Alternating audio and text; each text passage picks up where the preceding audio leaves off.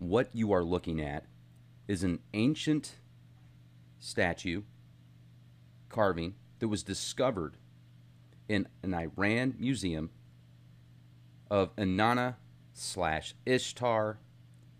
This specific artifact is thousands of years old. It could literally be 10,000 years old. Now, what do you see in this image that stands out as an anomaly? First of all, the goggles that I'm looking at remind me of the drawing of the art H.R. Giger did called The Birth Machine. And, you know, it literally looks like some type of... Here, look at this. Look at these goggles from H.R. Giger. This is one of his most famous works. H.R. Giger is, in my opinion, the best surrealist artist of all time. I mean, this guy was way above and beyond just about anybody in the work that he did. He was certainly in the apex. Now, that's my opinion. When you really look at this image, and then you go back to this one, look at the comparison there. Now, one thing interesting about Giger is he is the creative force behind Alien, you know, Prometheus, Aliens, various films in Hollywood, and musicians gave a lot of accolades to Giger just because he was so far ahead of his time with the work that he did. He would combine sacred geometry with surrealism slash transhumanism slash aliens, and he'd get in. He was definitely a erotic type artist in a very strange sense, and I always felt that Giger was literally tapping into another side, into a different dimension, and a lot of connections to the Anunnaki, the engineers, the demigods, the ancient astronauts that are talked about in scriptures but have been changed to be called fallen angels instead.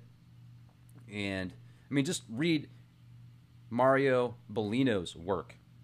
This guy was a translator for the Vatican for years, and he took Hebrew scribes and translated them to very similar stories that you read from Zecharia Sitchin. And if you want to add some more scholars to this, read the translations of the Sumerian scribes on the Oxford University website. I'll leave a link as well. People that probably never even met Zecharia Sitchin that have a very solid education in Sumerian texts and translations, and not just one person. We're talking over 10 people involved in this project. I've read through many of these Sumerian scriptures that are running neck and neck with what Zecharia Sitchin and others have said. And I've also talked to Jordan Maxwell, which funded Zecharia Sitchin and many of his endeavors. And I talked to Jordan off the air about certain things that also connect dots for me on the journey that I've been on here with these engineers of our current status and physical form. Not the creators of life, but the engineers of our current status here. Enki, Enlil, Ishtar, Gilgamesh, Anu, the Anunnaki are real. Now, what are they? Are they just a tribe from good old planet Earth that were advanced and stronger and bigger than other tribes, and they manipulated people into thinking they were gods or angels or aliens? Or are they really just a very intelligent race from another planet that thought they could manipulate the current form here to take care of their bidding? I've read so many texts that parallel the texts in the Bible with just different meanings and different names and different titles and labels, which have the same underlying theme but have a completely different overall essence of what the story is telling you. Now, this image right here is very powerful in my opinion, because this doesn't look like anything close to a terrestrial organic form that you would see back then. But heck, let's look at all the stuff that we saw with animal/human entities with wings and lion heads, and who knows how much genetic manipulation was going on before this flood that are talked about in Sumerian texts that predate the Holy Bible Genesis, which is most likely where the Holy Bible Genesis came from. And then I want to talk about Giger again here for a second, because if you guys probably didn't see that video that I did where I was just goofing around and doing a spoof with my Ozzy Stern deal, and I busted out the Ouija board, and I said I wanted to make contact with Giger, and the Ouija board didn't move. But when I asked what it was like where he was at in the current time, I said, what's a drawing or a painting that you've done or art that you've done in the past that would correlate with where you're at now? And Prometheus came to mind. And then I watched the film Prometheus a few days later and connected the dots with, if you watch Prometheus, the film, the Anunnaki are all over that film. I mean, that's the basis of that film. The Anunnaki, they call them the engineers. And they talk at the very beginning of the film about all these different texts and scribes from around the world in different time periods, but ancient, going back almost 30,000 years in some cave in Germany or France, connecting to specific stars that were lined up in the universe that they were able to track and travel to. And also in this film, there is at the beginning, if you remember, there's that rod-shaped UFO in the sky waiting for one of those engineers to drink that gray goo. It's like that whoever they were in that rod-shaped UFO, it's like they gave that gray goo to the engineer to drink to see what would happen. So the engineers of the engineers. Well, some great connections there. So where am I going with this? Here's the dots that I'm connecting. Did I communicate with Giger? Did Giger communicate with me and reconfirm the hidden hand of the Anunnaki, the orchestration of the engineers behind the scenes, predating going back thousands and thousands and thousands of years? And in religions, they call them fallen angels.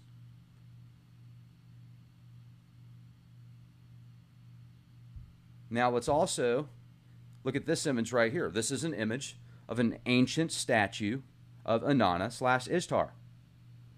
Looks like a spacesuit. And then you can see this ancient Sumerian image carving of what looks like a Stargate.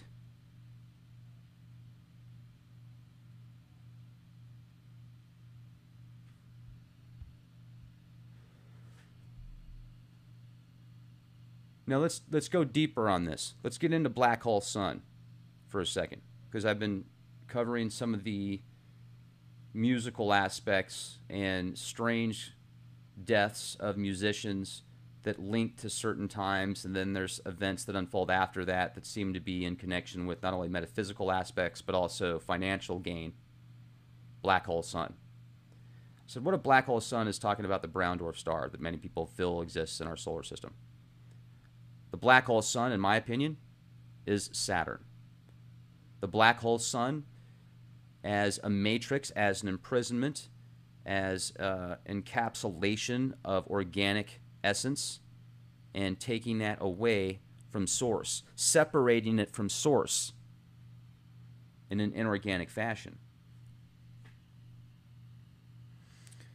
The Titans, the moon Titan. The Titans are, in many mythos, the fathers of the Anunnaki, the creators of the Anunnaki, not the creators of all.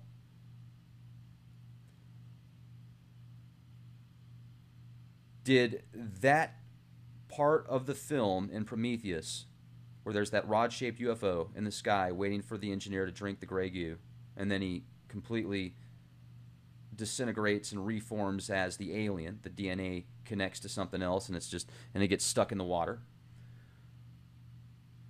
Are those the Titans? Are those the engineers of the engineers? And do they come from Titan? And what was Saturn like 100,000 years ago, 1,000,000 years ago, 1,000,000,000 years ago? What about the engineers of the rings of Saturn, the ring makers of Saturn?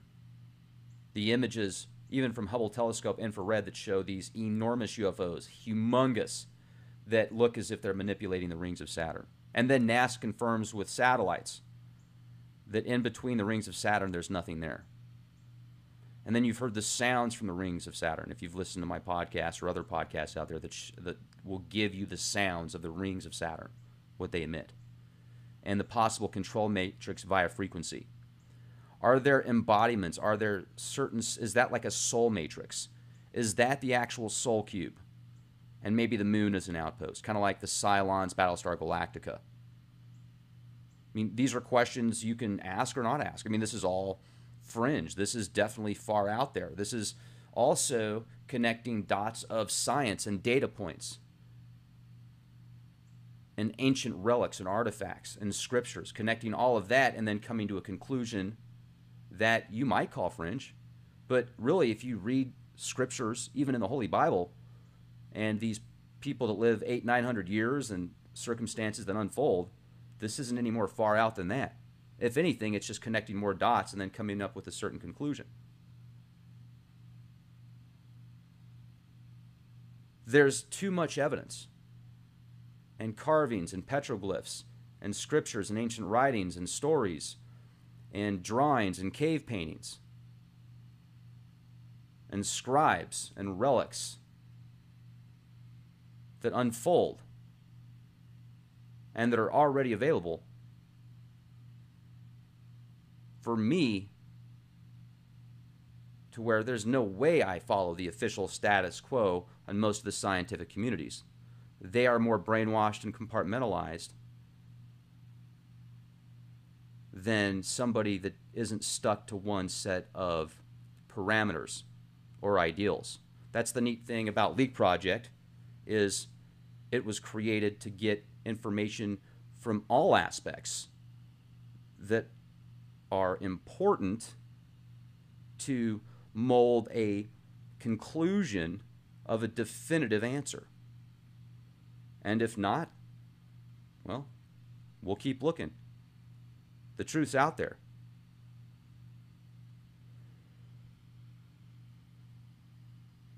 Now, with this said, I've seen the rod-shaped UFOs twice, and I've told you the times that I've seen them.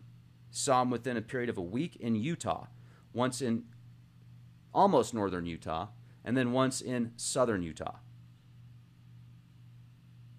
And my coworker confirmed it the second time in southern Utah. We both saw and explained the same thing. And I didn't get bad vibes from it, but I've talked to people before that said, whoa, those rod-shaped UFOs, that's bad news. Is it, though? The Titans, the Anunnaki. Are the Anunnaki the creation of the Titans? And who made the Titans? And who made them? And who made them? And who made them? Who made who? Who made you? Who made who? Let's go back to this image again here for a minute. Just look at that. That looks so much like an H.R. Giger drawing or art that I wonder if he saw this and started and got the idea from this, or if it like came to him.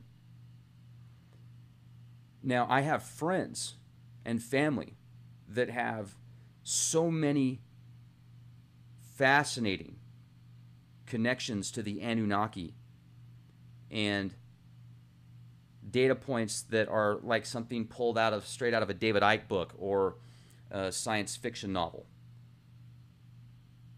That these people don't even necessarily like those people or know those people, and they talk about the same things that, well, for example, David Icke writes about oftentimes with the reptilian type presence. Now, also, look at this thing. Look at this guy right here. Okay, this is a reptile, a reptilian dragon flying some type of ship found in Mexico. There's been thousands of these types of discoveries. I mean, what is this about? Is this all just symbolic? And if so, symbolic for what? And then think about the blood rituals that took place in Mayan culture, Aztec culture, and still takes place today in more of an industrial 21st century aspect. And then you go back to the emerald tablets of Thoth, the serpent archons that come out in blood, when blood is drawn, when blood is shed, out from the darkness, in the angles, in the finite lines, within the parameters of the Borg cube, the cult of Saturn, the soul harvester, Kronos, depicted as eating his own child for regeneration, Saturn, Satan.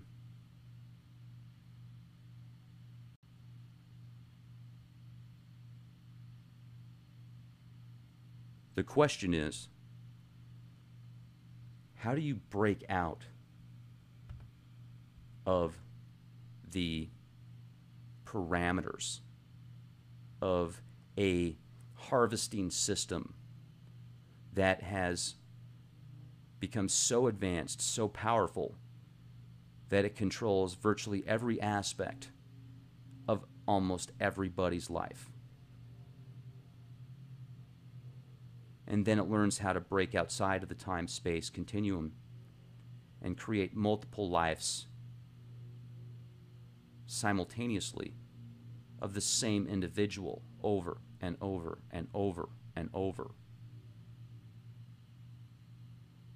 An imprisonment within an imprisonment, a fractal broken off from the organic matrix of source, withering away into oblivion, falling further and further and further outside of light, spectrum, essence, form.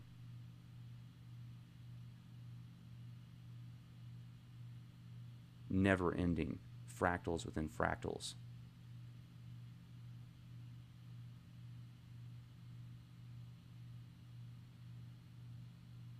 You know, I think of some real scary things sometimes when I look at the world around me and how much is going on a daily basis that seems to be sucking the life force out of the planet and out of so many people that live on the planet and so many beings. And think of all the species that become extinct on a weekly basis because of all of the pollution. And you can call it a boot camp, and it is a boot camp, but how long until there's nothing left? And then whatever it is that seems to be orchestrating the strings at the top levels, because it isn't compartmentalized like virtually everything else is here. Even people that have extremely prestigious positions of information access, you know, clandestine handlers, alphabet agencies, even the people at the top levels are still compartmentalized. The industries with high-end technologies compartmentalized. Whether it's medical, whether it's nanotech, whether it's weaponized, whether it's inventions for good, everything is compartmentalized. Even factions that are supposed to help the people are compartmentalized to the point to where they compete amongst other factions that are supposed to help people to the point of diminishing returns oftentimes. Labels. words, ignorance can all be contributing factors to the degradation, the downfall of essence, of life. Think about that. Choose your words wisely. Express your words wisely. What is it? 60% body language, 32% tonality, and 8% what you actually say. It's like going to somebody and saying, I like you. I think you're great. To me, I'm thinking, really? Sounds to me like you want to punch me in the face. What about somebody that goes, man, I hate you. I hate you so much. Come here and give me a big hug. And you're smiling at him. Well, think about that for a minute. I mean, obviously, some people are better at picking up body language than others. And if it's just text, then you're not going to get the different emotions. No wonder people fight so much, especially on the internet. Think about that for a minute. If 60% of somebody's reaction to you is based on your body language, and only 8% of the words coming out of your mouth are based on, are they going to perceive as the overall outcome of what they decide to do, essentially? Think about that. So it's how you say it. It's what you're doing as you're saying it. And even though people are becoming more plugged in to a singularity, almost like a one hive mind consciousness, we're also becoming more fragmented. We're becoming more separated at the same time because we're not able to express ourselves organically. It's in an inorganic medium that doesn't give near the expression that we do when we're actually looking at each other and talking to each other in physical form. And even that can be so limited. It's just more limiting. Once again, we're going down this spiral that I just expressed just a minute ago. And if you really understand that concept, even at a subconscious level, then it will start to permeate through your consciousness and things will just start picking up and you'll start understanding things better. I wonder how much control they still have. And I look at these grays and these different ETs that are talked about, the reptilians, the Greys, the Pleiadians. And I wonder how much of what Daryl Sims, the former CIA agent that has a lifelong history of being abducted multiple times, his family members have been abducted. If you've seen the series Taken by Steven Spielberg that came out years ago, I thought that that series was something based upon his life, like they wrote it from his testimony. And he talks about all the aliens that he's seen, he feels are clones because he says they don't have belly buttons. And he calls them different models. He's like, okay, the Nordics, those are the Corvettes. You've got the reptilians, you've got different levels of Greys that have different intelligence levels. And much of what he says, I've been able to confirm with certain people. Not everything. I don't think all aliens are clones. But then he would talk about the handler behind the reptilians and the Greys, but he wouldn't say who they were or what they were. And he did say, though, that they were, he thought that they were fallen angels. So the more research I've done and put together, the Anunnaki are most likely the ones creating these certain Greys, not all of them, certain ones. Many of these abduction experiences, encounters, could be because of these Anunnaki. I mean, think about it, genetic manipulation. Think about all the genetic manipulation that took place pre-flood that's talked about in the scriptures.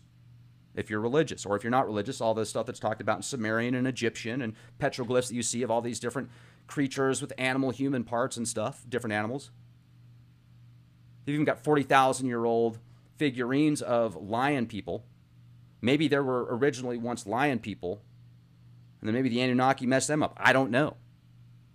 We find, it seems like the Smithsonian points to the fact that there's 12 different humanoid ape-looking people, but they just look like apes. They don't look like humans. They don't have the elongated skulls, humanoids that are, all over the place now being found on that website where it shows all the other ape-looking humanoids. The hobbits aren't there. There seems to be a very limited spectrum of what the powers that be want us to believe. I don't think the Anunnaki made us better. I think that they really screwed up our organic evolution. And hopefully they're trying to help get it back. And hopefully there's factions out there that are doing their best to help us get to where we need to be. Yet you look at the world around you and it seems like whatever's controlling things are planet killers. They're slowly sucking the life source out of this planet. What do we do about it? How long do we let this happen? Or do we just say, okay, we give up? Do you have family? Do you have kids? Are you married? Do you have people you care about? Do you care about yourself? Do you want your kids to be able to have kids and live in a healthy environment? Or do you just not care, or do you just give up? And then the question is, well, no, Rex, I don't give up, but what do we do? Well, that's the million-dollar question. What do you do? Well, I'll tell you this much. Looks like things are already being done. I mean, for example, I talked about the Geoengineering Act of 2017 that one of the lawmakers in Rhode Island is pushing a bill to where if there's any geoengineering going on, they need to get a license for it. And you can look at that and say, oh, they just want more money. Which, yeah, it's going to bring more money for them. And at the same time, at least they're making an effort to make people aware that in that article, it talks about how they spray nuclear waste in the ozone to change the weather in the atmosphere, how there's frequency manipulation with particulates sprayed in the atmosphere. All the stuff conspiracy theorists have been talking about for 10, 15 years is now verified via Rhode Island lawmaker via a bill that's available public information that verifies conspiracy theorists are a lot more sane than those shills out there that can't pull their head out of their a-hole to look at the sky for 10 seconds and see that there's a difference of contrails versus chemtrails, stratospheric aerosol injections, SAIs. I think you should call them STDs, stratospheric transmitted diseases for some people. We live in amazing times. We have incredible opportunities. We have an opportunity right now to make a difference, and we are making a difference. We have to keep doing it. Otherwise, too many people give up. I mean, it's going to be tough enough if we're all working together, let alone if it's just a very small percentage. We're in dire straits right now, ladies and gentlemen. Our planet is in dire straits. Will we even have a chance to talk about this 10 years from now, 20 years from now? Or will the world be so messed up that whatever life is left on the planet has to be plugged into some cybernetics, cryogenics/transhuman machine to where it just feeds that person barely enough essentials to survive long enough, and then there's some type of machine that extracts that person's amino acids and energy source and nutrients to power a machine, and then in return it gives it back a little bit. Similar to the Matrix, but in a more realistic aspect. I mean, look at the freaking vertical chicken farms that Wired magazine was showing off a few years ago. These chickens that were genetically modified to where they supposedly didn't have feelings and couldn't see and couldn't hear, but they were still alive and plugged into these vertical machines that look like something out of the Matrix. I mean, it's just disgusting. At least in the film The Matrix, the people that are in this system of encapsulament to where they're food for the machine, at least they think they're in a regular life. At least they're not living in pain and suffering as much as these animals are on a daily basis in these chicken coops that they can't even see daylight, and they collapse within a foot or two of walking because they're so fat that their bones don't handle it because they're not designed to be that fat because of all the steroids and growth hormones in the feed. Or how would you like to be one of those cows that's like in line waiting to be slaughtered, and it can hear all the cows in front of it getting slaughtered going, "Aah!" How'd you like that? Or, I mean, geez, it seems to happen in human form too oftentimes you hear about.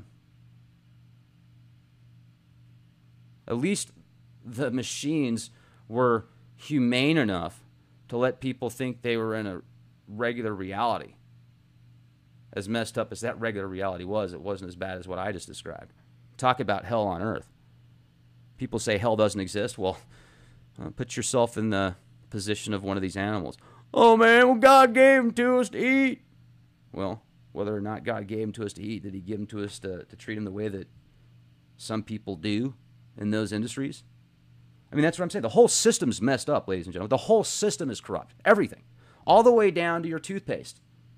If you're brushing your teeth with these name brand toothpaste that's got fluoride in it, I mean, think about that for a minute. Every single system out there that makes millions, billions, trillions of dollars, look at the underlying theme. It reminds me of that experience I had several years ago where everything, it was like being inside of a horror film. Everything I turned on the TV, I could see the underlying theme of death, murder, robbery, cheating, stealing, destroying. So whether it was Saturday Night Live or a cartoon or a commercial that was on, you could see the subliminal program. It was just disgusting. I couldn't even watch TV. I had to turn it off. It was frightening. And the house that I lived in at the time, pretty sure this house has some pretty dark mojo there. Very, very dark. I found out from the neighbors previously, several people that lived there before me, several couples that were married, every one of them got divorced. The people that lived next door to me, I'm sure they still live there. They had been there for 40-something years when I was there. Real nice people. Bless their hearts, good people. And you just wonder sometimes, how much is feeding off of this system, and when does it get, what is it, and when does it have to stop? When does it realize that if it keeps doing this, that there's going to be nothing left? Or does it not care because it can just move on to the next planet, the next planet, the next planet? What was Mars like 1,000 years ago, 100,000 years ago, 1,000,000 years ago? People could say, oh, it's always been like that, man. There's never been life on there. Well, I disagree.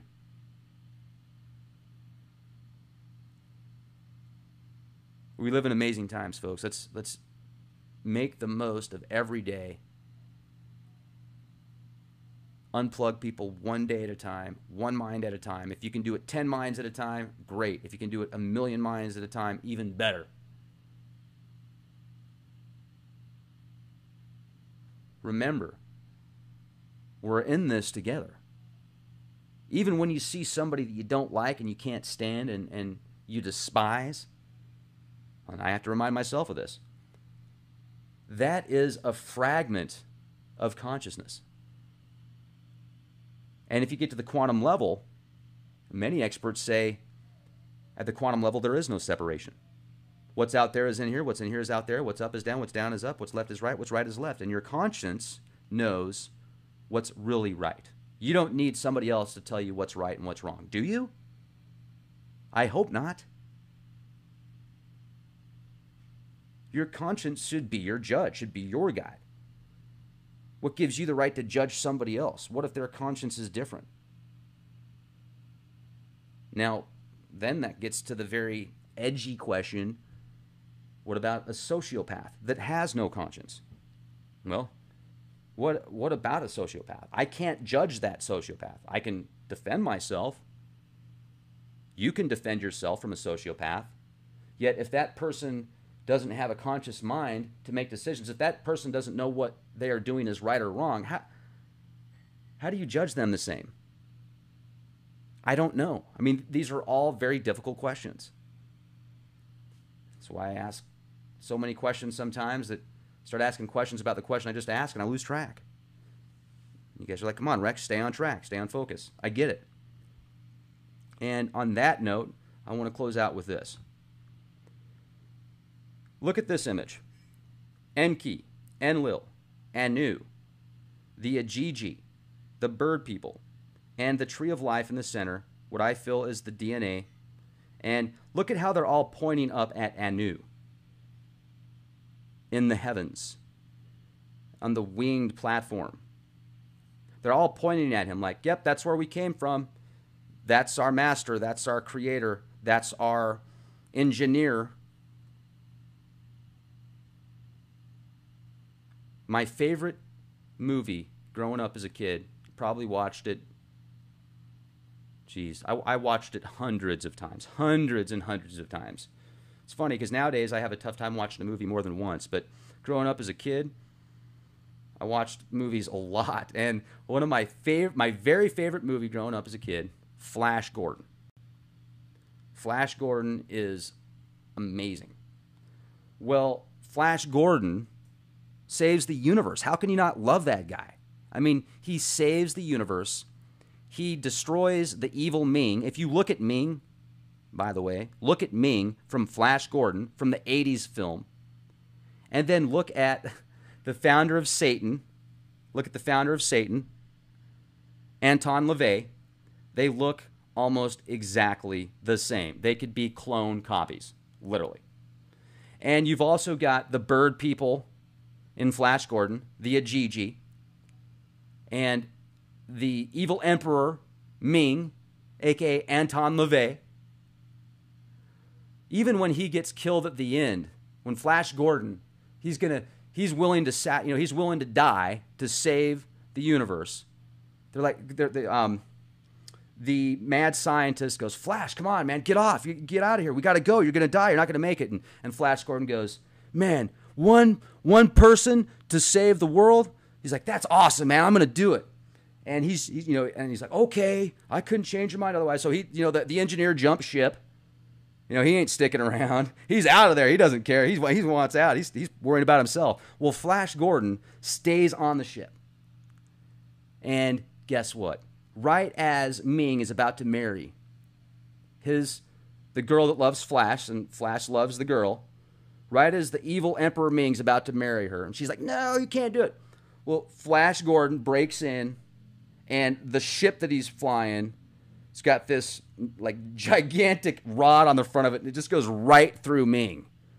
And you can see Ming come out, and he's got the ring, and he's like, oh, and then he disappears, and the ring falls, and everyone's like, yeah, Flash won, save the world, save the universe, and everybody's all happy and excited, and at the end of the movie, though, something happens with the ring, and you can hear Ming, and you can hear his laugh echoing. You don't see him, but this wind starts whirling up, and even after Ming is taken out, he comes back, is my point. It's the epic battle of good and evil. It's the perpetual war of light versus dark, the yin, the yang. As above, so below, everything connected at the primordial source. Make sure to connect to our website, leakproject.com. We have exclusive content on leakproject.com, only available for premium members. $10 a month or $50 a year. Your contributions greatly help Leak Project grow. And also our podcasts, most of them, we've got 800 or so podcasts on youtube.com/clandestine Time Lord. Make sure to support our sponsors, getthetea.com. I've been taking this stuff called colostrum. I love this stuff. My energy levels have been through the roof. My food is digesting better. I think this stuff is great. Also, check out the Quick Bivy. I'm going to leave a link in the video description box. These things are tiny. They're a few ounces. They fit in the palm of your hand. Put it in your car, in your glove box, in your bug-out bag. One of these Quick Bivvies could literally help save your life if you ever get in a situation where you're going to be cold for a long period of time, or for a day or 2 days. One of these Quick Bivvies could definitely help you out. And check out X-Point.